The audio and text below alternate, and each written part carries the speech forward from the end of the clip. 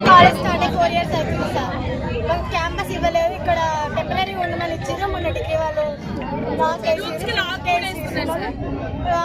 సంబంధించిన correct labs లేవు. Labs కోసం కొండగట్టుకు వెళ్ళాల్సి వస్తుంది.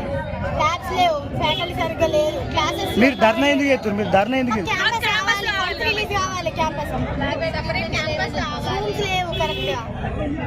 ఒక క్లాస్ కంటే ఒక రూమ్ అంటూ ఏది లేదు సార్. ల్యాబ్స్ కూడా లేవు. మాకు ల్యాబ్స్ ఇంకా జరగట్లేదు. ఫీల్డ్కి వెళ్ళట్లేదు. క్లాస్ చేసుకోవడానికి మేము వచ్చిన నుంచి బీటెక్ అనేది మాకు నెక్స్ట్ స్టెప్ చదువుకోవడానికి అసలు ఏం బేసిక్